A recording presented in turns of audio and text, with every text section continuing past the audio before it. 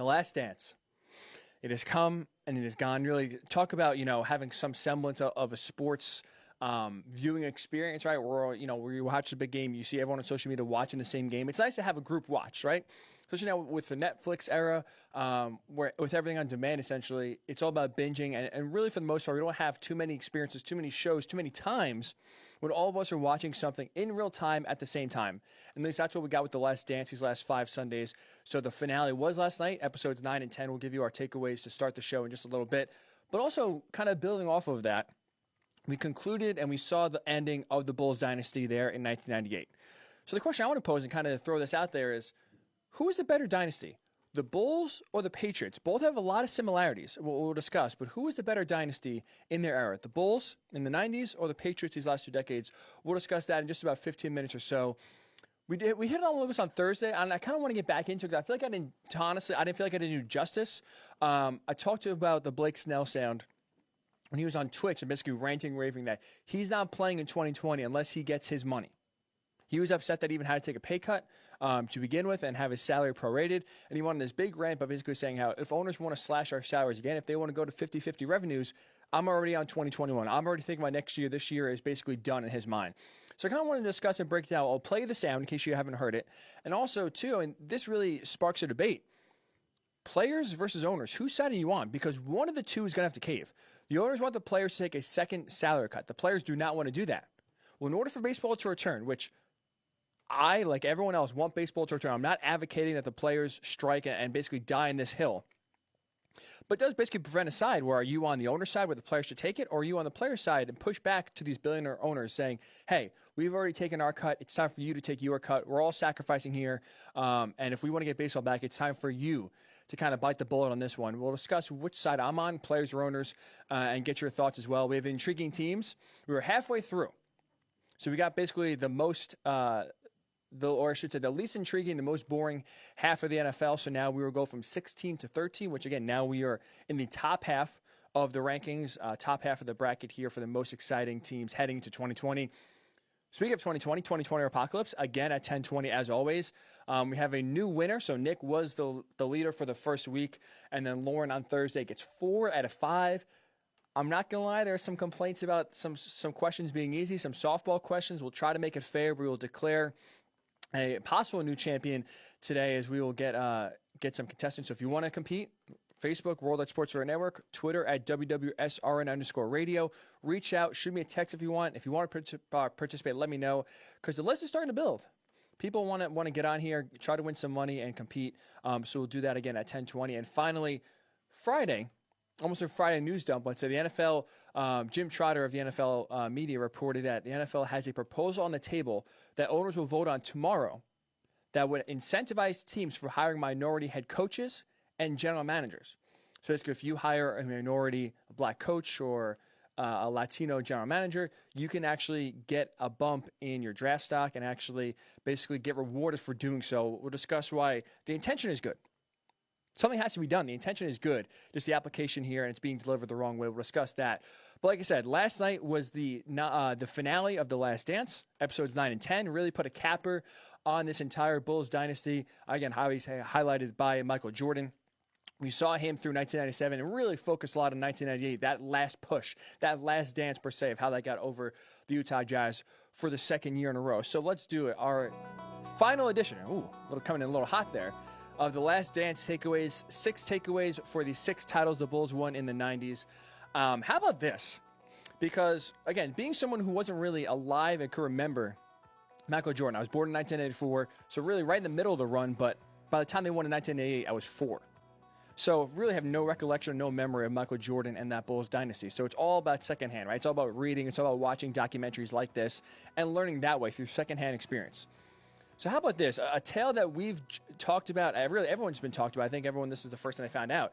The Jordan flu game, right? That's something we always kind of throw about there. We kind of joke about. Just anytime anyone is sick, it's always recognized, oh man, this is my flu game, right? It was so famous for how he played so well, despite having the flu, despite not playing good. How about the flu game wasn't so? It's not the flu game. The food poisoning game, which definitely, I'm not going to lie, makes it a little less impressive, a little less exciting, but that's crazy. To get food poisoning by eating pizza from a pizza joint that, I mean, Michael insinuates that they did something to the pizzas. 5 delivery guys showed up to the hotel when he was staying in Utah and did something to the pizza to where he is just feeling awful. He wakes up in the middle of the night, throwing up, just fluids going everywhere. He feels he can't keep anything down. His mom is telling him, don't play in this game, despite being Game 5 of the finals. This is a huge game. And to come out and not only play the way he did, play well. I think the amount of minutes is more impressive than the actual amount of points. He played over 40 minutes. Can't keep anything down. He's barely, he said he slept all day in his bed, couldn't get out of bed, barely, makes it to the arena to get on the court. And then you watch last night, you watch the documentary, you watch some of the film that they put on there. I mean, in timeouts, you hear whether it's teammates, whether it's the camera and the audio, the video that we see. I mean, every timeout, it's like, how is he going to get up? You heard Bill Wennington talking about how, he would sit down in the timeout and basically just shut off. He would be so exhausted, so gassed that he would just basically shut off, go into a little hole for essentially the duration of the timeout. And then all of a sudden the whistle blows. All right, time to get back on the court. And there he goes. And he just wills himself to kind of get back out there and continue to play it and play at a high level. And you saw after they finally, at the end, they get the win in Utah. And you see like he holds on to Scottie Pippen as he's walking off the court. He can barely walk. Just shows how impressive it is. And I'm not trying to compare myself to Michael Jordan, I promise, because obviously that is a comparison that will never, ever compare. But I know what he was feeling. There was one time a few years ago, I had a similar experience, whether it was a flu bug, whether it was food poisoning. I mean, a lot of people have gotten food poisoning. You know what it's like. But it's like you can't keep anything down. At least for me, from my experience, it was every 20 minutes. I'm in the bathroom, can't keep anything down all night. I didn't sleep. Could barely, I wasn't even allowed to really drink water. I was basically eating ice chips for what felt like forever, probably just about 12 hours or so. So it's like I've experienced, and again, a lot of us who have food poisoning or eat something bad know what it's like when you can't keep anything down, you can't sleep all night, and basically your entire day consists of you getting up, going to the bathroom, coming back, laying down, really not falling asleep, getting up, going to the bathroom, coming back down. I mean, I took off, I'm trying to think. I think I took off the next 3 or 4 days from work. I mean, I'm a radio producer. I sit in a chair like I'm doing right now. I don't have to go on the court in the finals going against, a great team trying to get my 5th championship in a huge game on the road. It makes it just that much more incredible when you consider how you feel and then to be able to perform at the level he has. And I think it's very telling to hear Jerry Sloan, the head coach of Utah, after the game, basically being like, he was sick? He had no clue Michael Jordan was sick from then. Everyone thought the flu. Now we know it's food poisoning. It's wild that he played that well at such high level. And really, outside of his teammates, no one really knew truly how sick he was. At least on the court, you couldn't tell that he was sick at all. So that was just impressive. And it's also interesting, too, quickly, a lot of people are trying to debunk this food poisoning story. I've seen a lot on social media last night and this morning basically saying, there's no way this is true. There's no way that if this actually happened, you would basically keep it under wraps for 25 years and then just basically tell it now. I mean, I have no reason to not believe Michael, to be honest. So I'm going forward, considering this the food poisoning game. Good to know if you're ever in Utah, probably avoid the pizza, especially if you're an important person that, Utah fans don't like. I would definitely say avoid the pizza for sure. But that's incredible that, the story and this legend that we've for so long known to be one way actually was different. And the way he played was just impressive. Number 2, I said this kind of after watching the first 2 episodes of the documentary, and after watching the finale here, I will double down on it. I have there's no way the Bulls would have won 6 titles if they played in this day and age. And I'm not talking about style of play or, and they didn't shoot the 3 enough or, again, just the way they played, or even trying to insinuate that the NBA nowadays is a better, tougher league than it was back in the 90s. That's not absolutely what I'm saying. I'm talking about the drama and the media scrutiny that surrounded this team from the start of the dynasty to the end of the dynasty. It was massive then. Look at now. Look at what social media does alone, how it can affect teams and really put a lot of pressure on them and really almost divide teams. Think about it. Just a few weeks ago, in the beginning of the quarantine, right, when the coronavirus reached the NBA, we saw Rudy Gobert was the first person to test positive, shut down the NBA. Then we find out that Donovan Mitchell and a few other Jazz teammates have tested positive. And there was a rift between Donovan Mitchell and Rudy Gobert because Donovan Mitchell didn't feel like Rudy Gobert took the coronavirus seriously.